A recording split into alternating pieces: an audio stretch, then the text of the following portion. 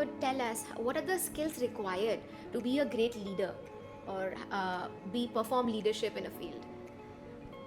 I think one of the main qualities of a leader is being an expert in the field yourself, so that you know every little thing, you know every nuance on your fingertips, and even if somebody challenges you or questions you, you have the confidence and the strength to put down that challenge.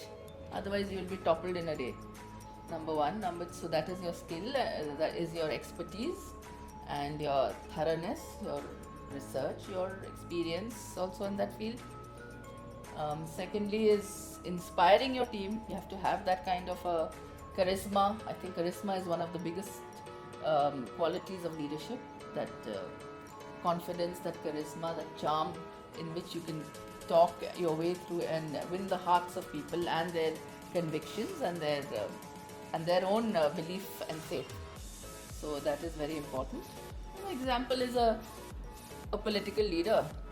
The amount, I mean, I've seen that they are from the grassroots, but the way they can talk, they'll win you over and make you believe whatever they say. That is say the same for these so-called godmen, etc., who have such huge following.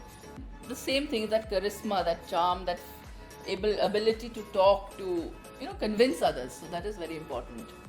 And then, of course, as I said, having that followers, you have to keep them believing in you. You have to continue to be creative, to be able to inspire that same sort of love, of belief and faith over a period of time.